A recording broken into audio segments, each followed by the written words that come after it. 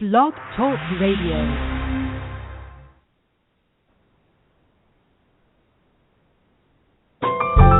Welcome to Last First Date Radio, featuring interviews with experts in dating, relating, and mating in midlife. And now, here's your host, Sandy Weiner.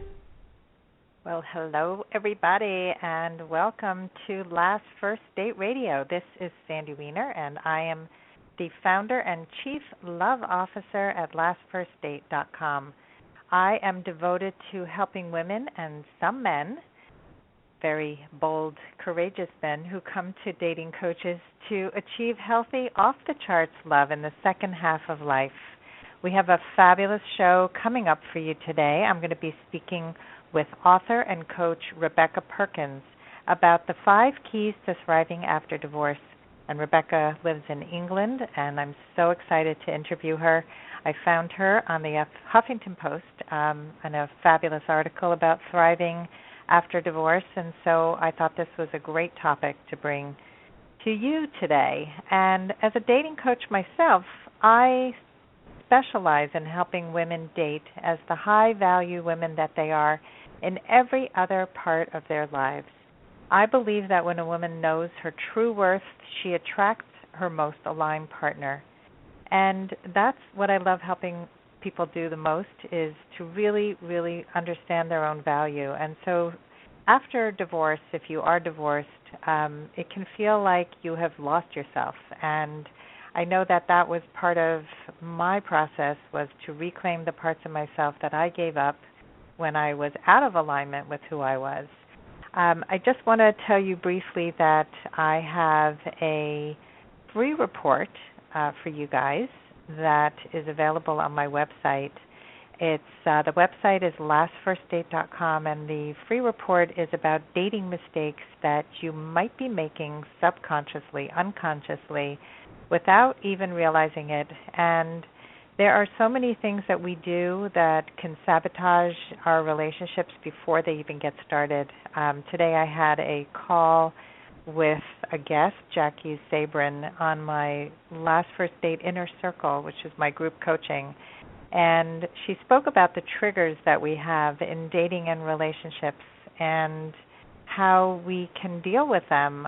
What happens is, we can subconsciously put out messages, and we bring things from our past often that we're not even aware of. And I remember once there was a woman who came to see me, and she had a relationship with this fabulous man, and but she was getting triggered every time he would say or do something. And he said to her, "I am not the guy who hurt you."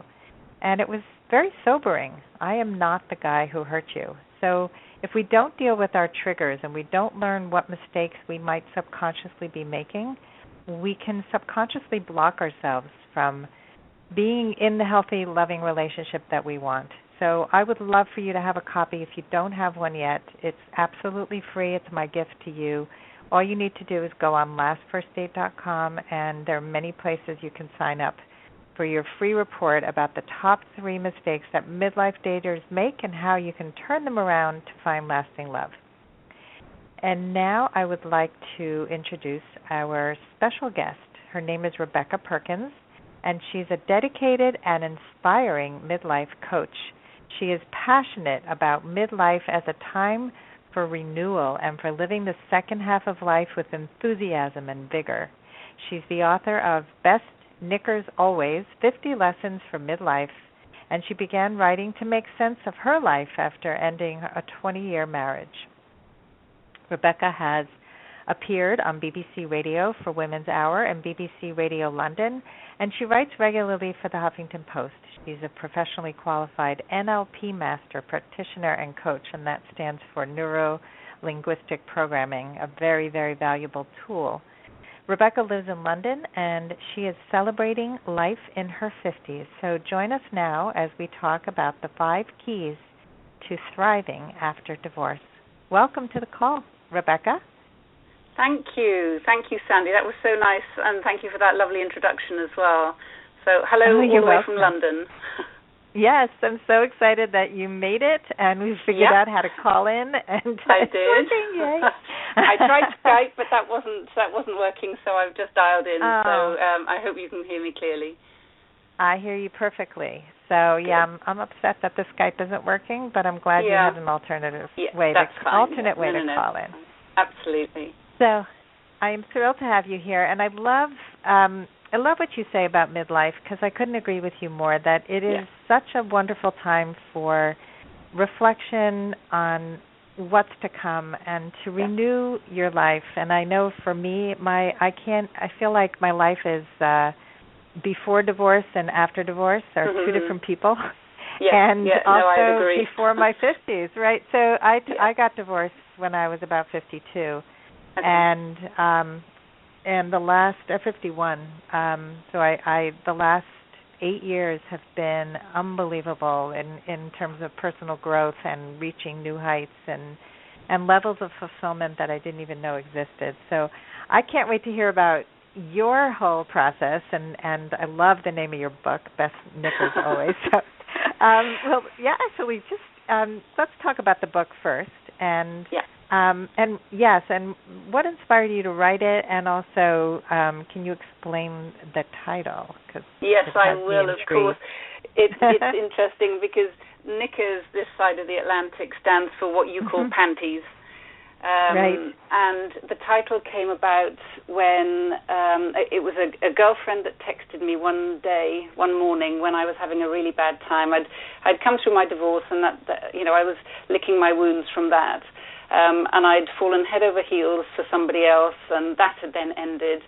And I think it was just one of those cathartic moments where I literally slid down the wall and sobbed, and it was that moment when everything, I felt like my whole life had collapsed. And she sent me a text one morning, and she said, "How are you doing today?" And I wrote back, and I said, I'm not sure I will ever get my life back together again. It was just one of those moments. And she replied back, and she said, "Remember, this is a process. Take one step at a time. Look after yourself, and remember, best knickers always." And, I laughed, because to me, this wasn't about best knickers in case I got lucky. This was about looking at fundamental self-care, looking after myself. And that had such a profound effect on me, just those words, that it kind of helped me get back on my feet again. Because I'd always taken pride in what I wore, and my lingerie particularly had been really important to me. Flying to the back of my drawer, and I was wearing, old knickers, and, my bra wasn't matching, and all those things that I'd always had as important things for me, I'd neglected. So it was literally taking the first step towards looking after me again. So that's where the title came from. I love it. And I guess the book, it had been a process, and I remember finding myself one morning. It was a beautiful spring morning, and I was up early, and I was sitting with coffee on my deck. The kids were still asleep upstairs, and I felt at peace and happy and at one with, the world around me. And I just looked back and I thought, goodness, what's changed from how I felt a few years ago? So I grabbed my journal, which is never too far from me, and started writing. And I wrote over 100 bullet points of what was different, what I had done that had got me to where I was that day. And they then distilled into 50 lessons for midlife, which I then released on my 50th birthday, which then went on to be published by a major publisher. But that really was what it was for me. It was what I had learned on my journey to midlife, and that's the essence really of the book. And people really seem to like it, which is wonderful as an author. Yeah, well, it's such a great topic, and it's I think that when you can look back and you can learn and share your process, you're helping so many people. Yeah, I think that's it. Yeah, so Yeah, and I think that people ask me that all the time. What did you do to get where you are today? And a lot of times people don't realize. It just sort of happens. And so when you can dissect it and really strip it down, then people can actually follow what you did to help themselves. So, and there are the lesson. There are 50 very varied lessons in there. And some of them are ones that I'll share with you about, learning to thrive, how I thrive after divorce. But I think that there are lots of varied things in there, from, spending time outside, spending time with people that are younger than you and older than you, and having a mentor, and, surprising yourself, doing things that are a bit different. And those kinds of things, having a purpose, a passion, and those are all the things that I did and encourage others to do, to actually to have a good second half of their life. And I think the interesting thing is that although it's a book written for midlife, I've had people who are a lot younger. In fact, a very good friend's son, who was only 18, who was, he was little when I first knew him, and so he's known me all his life. And he said, "I want to read this book that Rebecca's written." And she said, "Well, it's for midlife, for women in midlife." And he said, "No, I want to read it." So he read it, and he wrote to me, and he said, "I'm not a woman and I'm not midlife, but the messages in this book were really, majority of them were so relevant for me in my life as well." So, it's like there's nothing new in there. It's just how it's been, put across, if you like. Yeah, and I think that's true for any big life transformation, that there are lessons to be learned at any age and any stage. And and I mean, it's true of the work that I do as well. I work with mostly people in midlife, but the lessons are universal. I just happen to learn them in midlife, and we often need reminders in midlife because so many of us ended up in relationships that were really not right for us the first time around. And so it's preventing in the younger people, and which is why I love talking to younger people about these things too, because they get a head start. They don't have to wait to midlife to figure it all out. No. I was sat with a couple of, they're in their 20s, two friends around a pool in the summer, and she just turned to me and said, "So tell us about love," she said. They were two girls in their 20s. They'd been in and out of relationships. They couldn't find, they were looking for the one. And it was such an interesting conversation to have, with wisdom of 52 years behind me. Yeah. Well, what I'm curious what was love to them? Like, did they have any idea about what love was, or were they just curious about your perspective? Yes, I think for them, they were trying too hard. They were trying to be somebody that they weren't. They were, all of the things that we know as we get older. Not to be clingy in a relationship. To actually have a sense of who you are. That a relationship isn't about the missing jigsaw puzzle piece. This is about two whole people coming together. And I think it was just giving them that perspective that, there is life outside of a couple, outside of a relationship, and be content and happy with who you are. So love yourself first. This is one of the things I was saying is really important, because don't expect somebody else to do that job for you, because it is fundamentally your job. Why should somebody fill in that hole, if you like, that's in your life? Yeah. And it's something I find the media. Yeah, definitely. And the media doesn't always support that. And there was a song even last year, I think, about like, you don't love yourself so much, and you don't think you're beautiful, and you don't think you're amazing. I don't remember the song, but the whole message was, I love you, I see your beauty, even though you don't like yourself, I can see the beauty in you. And it was not a good message. No, I know. You think terribly of yourself, and I'll love you anyway, because I'll come and rescue you on a big white horse. Nope. Not happening. Nope. Right. Nope, exactly. Those horse rescuers are usually the narcissists who come and turn on you after the horse has landed. Yeah, but yeah, exactly. I think the other message. Yeah, go ahead. Sorry, quickly, the other message that I passed on to them as well is just be aware of where you're self-sabotaging, because that's another huge issue. Yeah.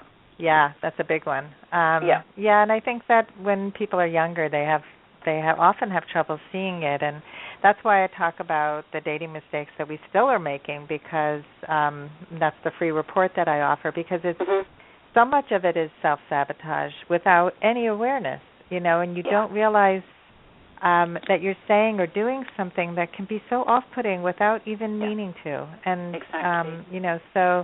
so just having that awareness and being, informed and having all that self-love, it changes every relationship. It's not just the romantic one. No. It's interesting. Go on, sorry. Go ahead. No, finish, and then I want to talk about thriving after divorce. We just have such a short time. I try to get as much in here as possible. I was just going to say that with the self-sabotage, it's something, one of the things I'm doing at the moment is helping people in midlife, is helping people write their dating profiles and coaching them through that. And I find time and again it's the self-sabotage that they don't even know they've written into their profile. Yeah. And that's exactly what you've just said. So thriving after divorce. Really true. Yeah, so that's a really important place that you're helping people, and I do the same. And I see when I review profiles, oh my God, all the anger comes out, all of the I don't want this, I don't, Okay, so thriving after divorce. What does that mean to you? Let's first define thriving after divorce. I think having been in the opposite of that, so going through painful experiences of divorce and having suffered depression in the past as well, I knew that, I wanted to feel so different, and that's what I kept my sights on. I think for me it was about feeling alive again, to, have a renewed vigor, if you like, for living. I wanted to be able to say, and this is something I say a lot, if not now, when? That was kind of my mantra, if you like, or that was to become my mantra. And I wanted to feel excited about the second half of my life and getting that mojo back, And I think as well it meant things like being able to stand on my own 2 feet, to believe and to trust in myself and in my abilities as well to support my family. And I like to think of it as, watering the plants. It's about nourishing ourselves, on body, mind, and soul, if you like. And that was really important for me. And it's about seeing possibility for the second half of life. Learning to risk more, to step out of our comfort zone, which was quite a big thing. Thriving to me is about letting go of stuff. And prioritizing my self-care, which was the whole best Knickers thing. Learning, it's about respecting ourselves, and I think fundamentally the bottom line for me about thriving was how to become authentically me. And I think that, to me, that sums up the whole of what thriving meant for me, certainly. All good stuff. So a lot of people don't know even how to start with finding their authentic self. What would you say are some of the keys to defining authentic me? I think, this goes back to learning to love yourself again, because, we come into this world as tiny babies and we're full of love, and over time we learn to unlove ourselves. And it's actually doing the little things to connect with ourselves once more. And I think that on a very fundamental level starts with self-care, knowing how to look after ourselves. And I've worked with clients who have, they don't even register on their kind of daily list of things that need to get done. And I think, to say to somebody, well, who are you authentically? As you say, they have no idea. So we've got to peel back all the layers to get back to what is absolutely basic. And for me, looking after ourselves is fundamental to that. And this isn't about being selfish. This is, it's how can we be of service to others? and I mean that in a broad sense as well as our families, if we're not looking after ourselves. And it's something that I program in every day. And for me, if you can show somebody how to do that, your little practices each day, it might even be sitting down with a cup of tea rather than loading the dishwasher while you're drinking your cup of tea. Do you see what I mean? It's actually taking the time it's about valuing yourself. And I think once we begin to value ourselves, we respect ourselves, and then we can start becoming who we are. And I'd also say read lots of books. Read lots of books about valuing yourself, and choose from the huge selection of self-help books out there. I'm just scanning my bookshelf now for one particular one, but I can't find it. That to me was Simple Abundance. There it is. A wonderful book called Simple Abundance. And I love that book because it's a daily 365 days of just a short passage to read, and it felt wonderful doing that for me. And I think then we learn step by step, because for some people this is a huge, huge thing to have to do. But it is where it begins. It's so true when you bring up so many good points. And I think that was a huge part of my learning, because I grew up with a lot of martyrdom and you give to others, and right. And it's that self-sacrifice that led to a depletion, which led to anger and resentment, which I was aware of not repeating, but I found myself still repeating because patterns are hard to break. And now I used to entertain a lot. I stopped doing it as much. I only do it when I really want to.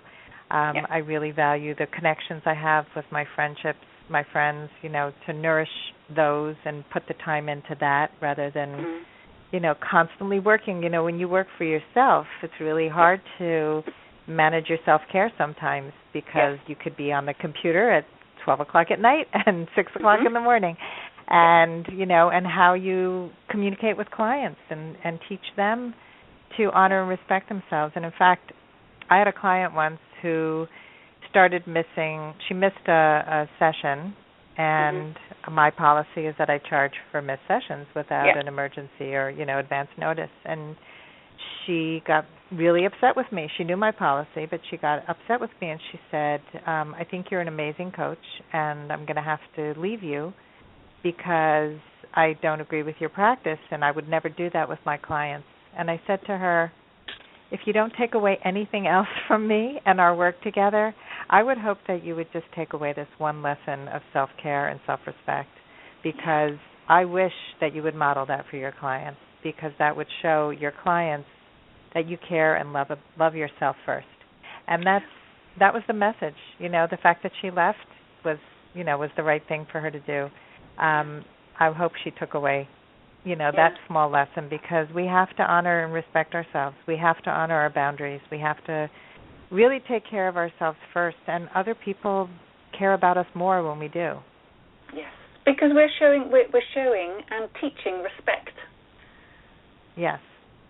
Yes, and modeling respect that's the best way to teach people to respect you and to respect themselves. So let's go through the 5 keys. You probably have covered most of them already, but let's talk about them in depth a little bit. Okay. Let me tell you the 5 of them first, and then we can go into, because they all feed off each other in a way. They're not easy. This isn't a magic bullet. This is hard work, and I've been through it, so I know. So the 5 key steps, if you like, are acceptance, courage, clarity, non-judgment, and self-responsibility. So, if we look at those, I put the first one there as acceptance, and this isn't about being passive and rolling over and being a victim. This is nothing like that at all. This is actually learning to accept is empowering, because it gives us freedom to choose. So, so many clients, and you read it, that people just don't accept the situation that they're in. And I think the sooner that you can do that, the more able you are going to be to make positive changes in your life. And really, acceptance is about no longer being held back by the past. It's about letting go of anger, regret, resentment, sadness, all of those issues that we all feel when we're going through divorce. Even if we've brought divorce on, which is what I did. I was the one that started the divorce process. But it's actually accepting this is fact, this is life, this is where we are right now. And no wishing for things to be different will change that.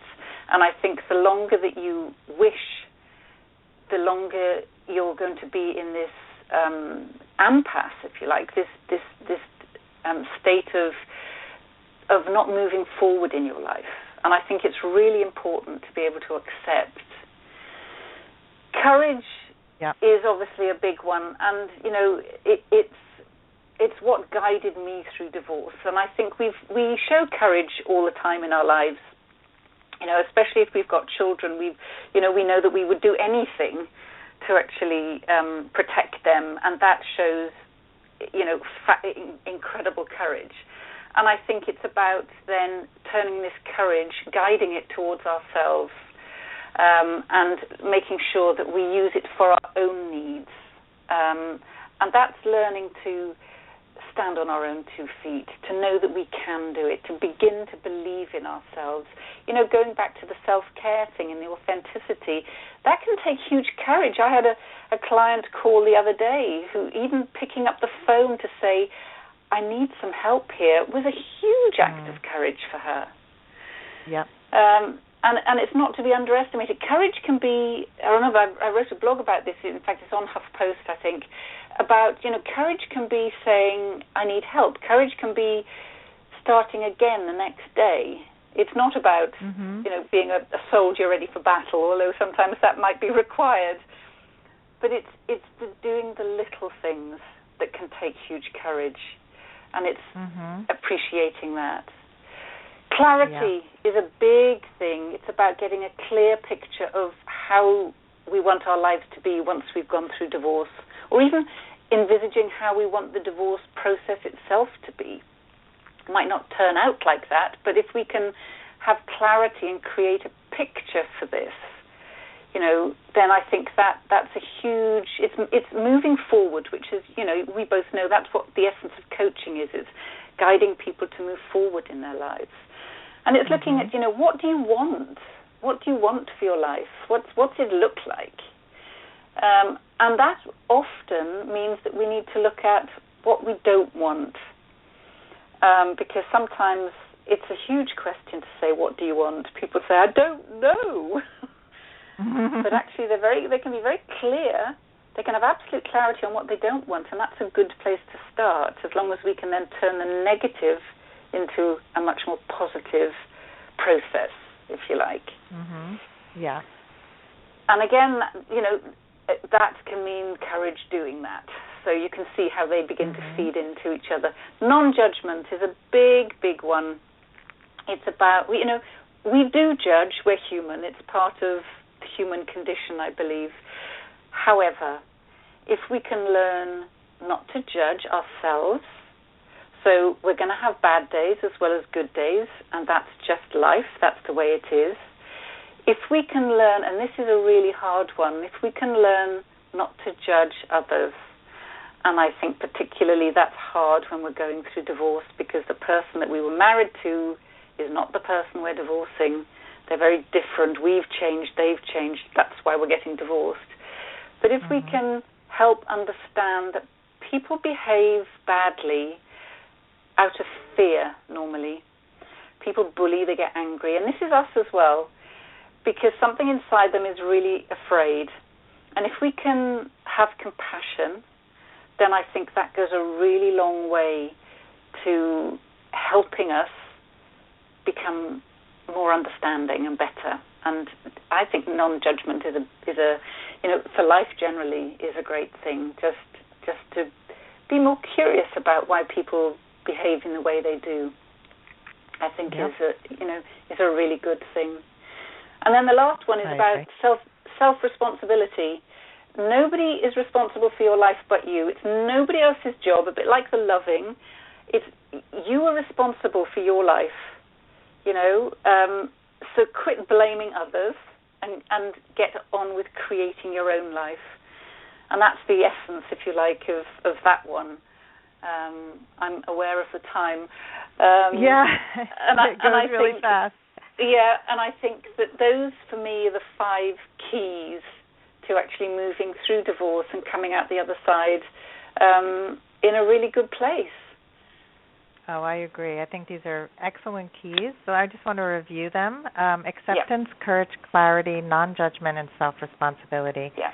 And I think that, when you reach that level of self-actualization, of really accepting yourself and having self-compassion and compassion for others, so much opens up. And that's the kind of person who does find love again, because if you're constantly guarded, constantly expecting the worst from, from a partner, you're going to get exactly what you expect. And and you can really change your life when you work on yourself first. So these are fabulous tips. I really appreciate you coming on today. The show just went too fast. I used to do an hour, and now I'm like squishing in a half hour. It feels like speed talking. But thank you. And tell people where they can find you, Rebecca. They can find me I've got 2 websites. One of them is rebperkins.com, so that's rebperkins.com, which is my midlife coaching website.